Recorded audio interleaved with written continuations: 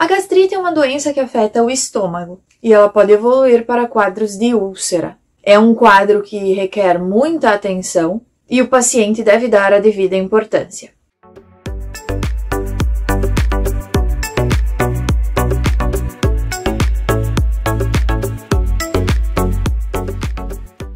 E aí, pessoal, sejam bem-vindos, eu espero que vocês estejam bem. Eu sou a Vivi, biomédica, mestre em Fisiologia Humana e doutoranda em Naturopatia.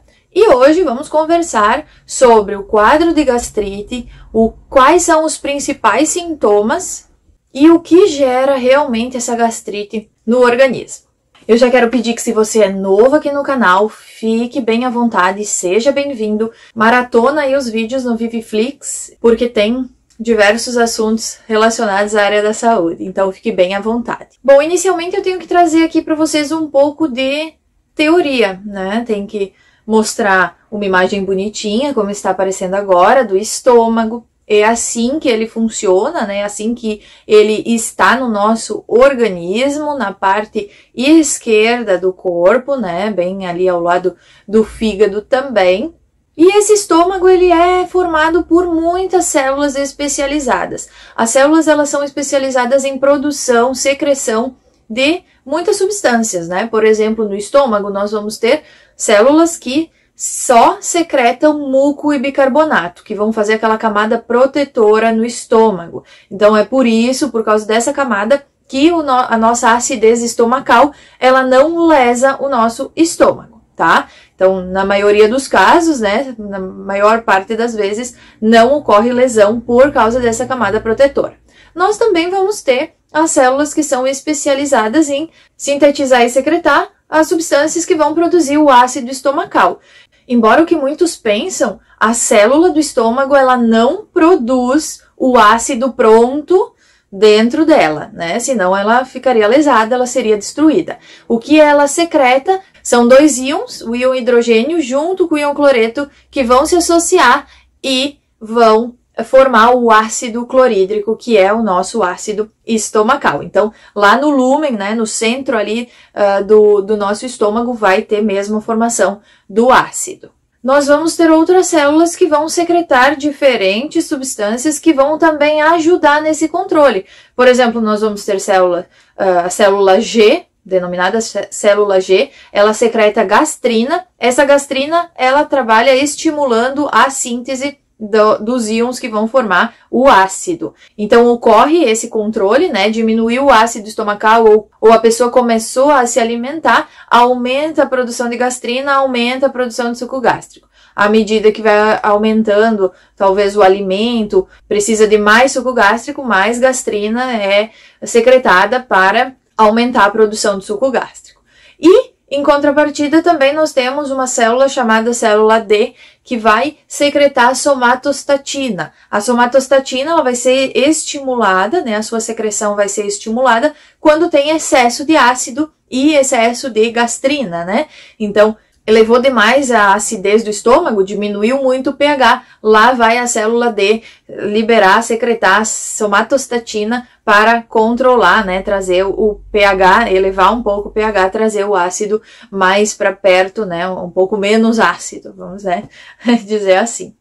E todo esse controle, ele também é controlado, ele também é gerenciado por sistema nervoso autônomo do nosso organismo, né? O nosso sistema digestório, ele é comandado pelo sistema nervoso entérico e pelo sistema nervoso autônomo simpático e parasimpático também influencia.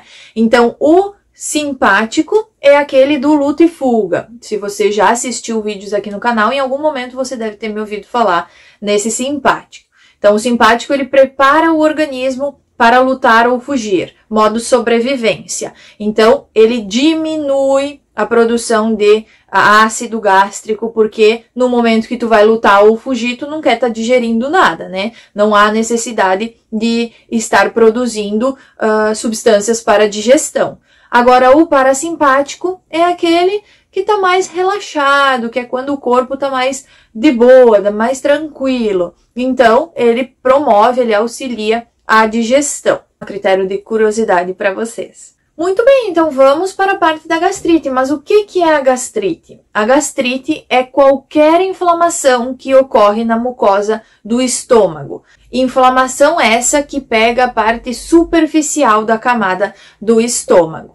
Então, ela possui várias causas possíveis, inclusive a presença de uma bactéria muito conhecida, chamada H. pylori, bonitinho o nome, mas que faz um estrago, que em alguns pacientes ela acaba se reproduzindo mais, vamos usar esse termo, né? Acaba aumentando a sua quantidade no estômago desse paciente e aí sim causa danos, né? Causa lesão, pode gerar essa gastrite. Então seria uma gastrite bacteriana. Agora nós vamos ter outras causas de gastrite e geralmente a gastrite está envolvida com o tipo de alimentação que o paciente possui. Então tem que cuidar da alimentação sempre. Ela sempre afeta o nosso organismo. Então, quando acontece essa inflamação, esse fator que estimula essa inflamação, começa a aumentar a inflamação, começa a diminuir a produção de muco, né? Porque começa a lesar essas células que estão aí produzindo e fazendo esse controle para a digestão. Então, começa a diminuir produção e secreção de muco, o que já diminui a proteção da parede do estômago. Também diminui a secreção do ácido estomacal, o que vai fazer com que o paciente com gastrite tenha dificuldades na digestão. O estômago fica com o alimento retido ali, tudo é muito pesado, parece que demora a digestão por causa disso também. E como o nosso estômago, ele é ácido, ele não tem como ser outra coisa, ele é ácido, ele precisa ser ácido, e embora diminua essa produção de ácido, ela não cessa. E se diminui muito ou consideravelmente essa produção de muco, qualquer presença de ácido vai lesar a célula, vai lesar a parede de uma forma mais profunda. E é aí que surgem as úlceras. Então, não é todo paciente com gastrite que vai ter úlcera, mas se não controlar, se não for fazer o tratamento, vai sim evoluir para uma úlcera. A úlcera, ela vai ser aquela ferida que vai danificar as camadas mais profundas da parede do estômago, então gerando outros problemas também muito mais graves.